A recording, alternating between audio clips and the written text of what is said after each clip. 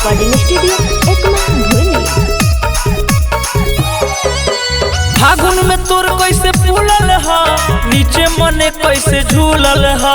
कदल जोर जबरदस्ती रे एही संडोरिया खुलल हा। अरे फागुन में तोर कैसे फूलल हा, नीचे मने कैसे झूलल हा।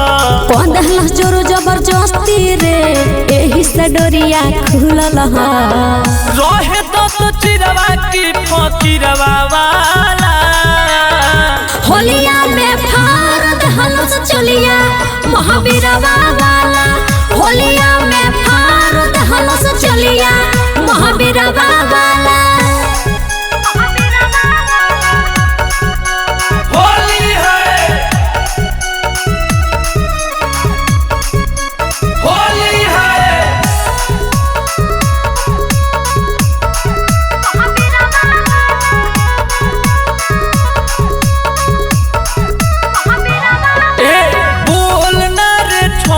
कैसे कैलस दूर गतिया, कैलस दूर गतिया रे कैलस दूर गतिया।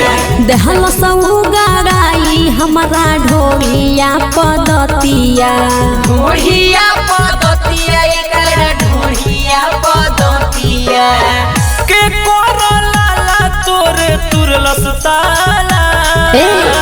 होलिया में फार दहल चलिया महावीरवा वाला। होलिया में फार दहल चलिया महावीरवा वाला। होली है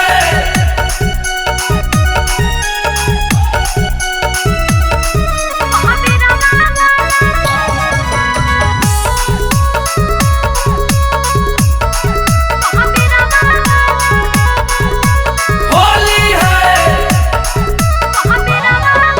मोबिलो की रोइलस की डोलस अबीर रे।